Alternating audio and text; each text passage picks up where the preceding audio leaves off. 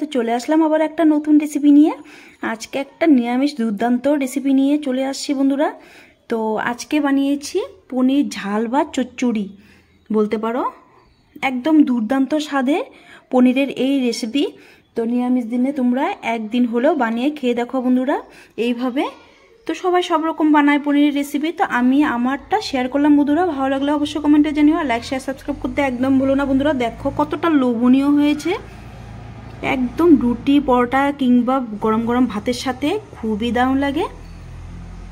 তো দীপার রান্না করে স্বাগত জানিয়ে আজকে ভিডিওটা শুরু করব, দেখতে থাকো বন্ধুরা।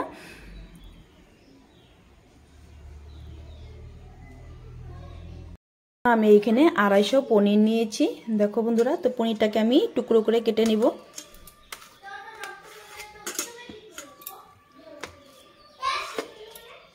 এইভাবে টুকরো করে নিব আমি পনিরগুলো। তো বন্ধুরা একটু ভিডিওতে একটু হাল্লা হচ্ছে, বাচ্চারা হাল্লা করছে, তো একটু ম্যানেজ করে নিও। তো এক সাইজ করে আমি সবগুলো পনির,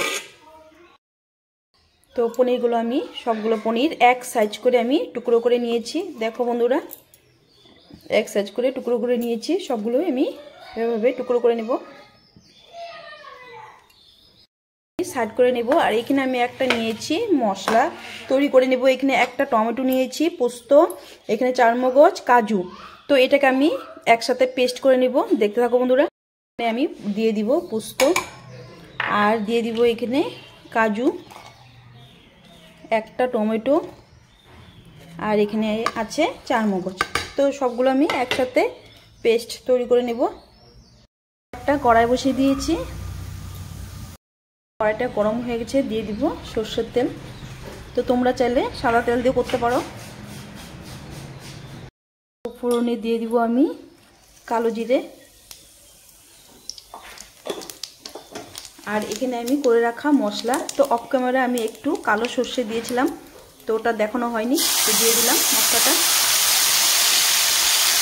এখানে আমি মিষ্টিটা ধুয়ে একটু জল দিয়ে দিলাম। আমি মশলা দিয়ে দিব পরিমাণ মতো নুন, আর দিয়ে দিব কালারের জন্য সামান্য হলুদ গুঁড়ো। তো মশলাটাকে আমি সুন্দরভাবে নাড়িয়ে চাড়িয়ে নিব। তো এই রেসিপির জন্য পনিরটাকে আমি ভাজি নাই, তো না ভেজে আমি কাঁচা পনির দিয়ে বানাবো। তো অবশ্যই একবার ট্রাই করে দেখো বন্ধুরা, খেতে দুর্দান্ত লাগে। দিয়ে দিব আমি লঙ্কার গুঁড়ো 1 চামচ। তো দেখেছো এখানে আমি লঙ্কা দিইনি। মশলাটাকে আমি সুন্দরভাবে নাড়িয়ে চেড়ে আমি কষিয়ে নেব।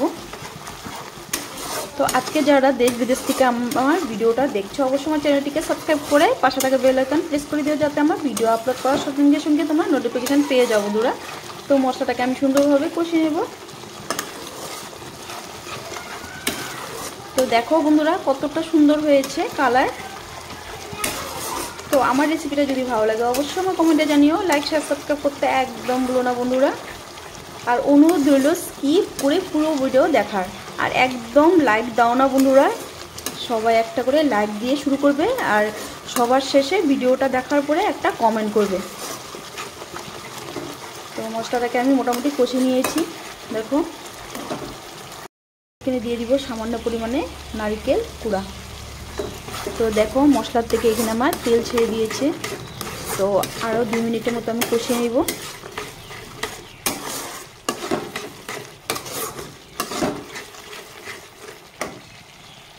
থেকে এখানে তেল ছেড়ে দিয়েছে, দেখতে থাকো বন্ধুরা। এই দেখো কতটা সুন্দরভাবে। তো এই পর্যায়ে আমি দিয়ে দিব কেটে রাখা পনির।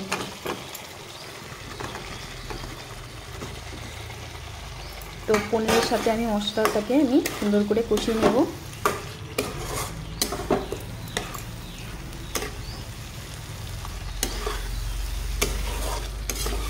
তো এইভাবে পনির চচ্চড়ি বা পনির ঝাল একবার করে দেখো বন্ধুরা। তো এখানে মশলার সাথে আমি পনিরটাকে 2 মিনিট কষিয়ে নেব।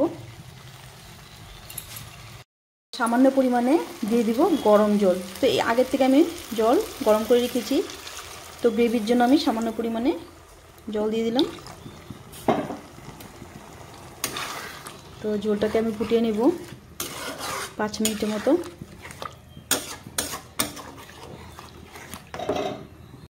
এখানে আমি দিয়ে দিব সামান্য পরিমাণে চিনি।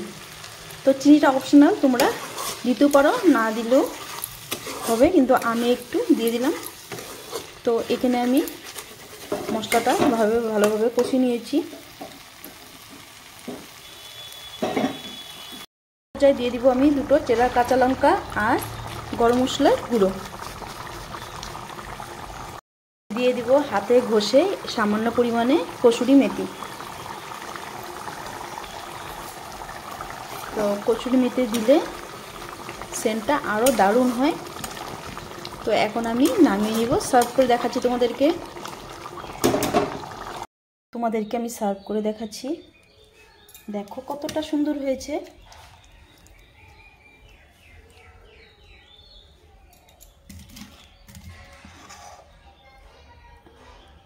কি দুর্দান্ত হয়েছে, যেমন কালার তেমনই দেখতে হয়েছে,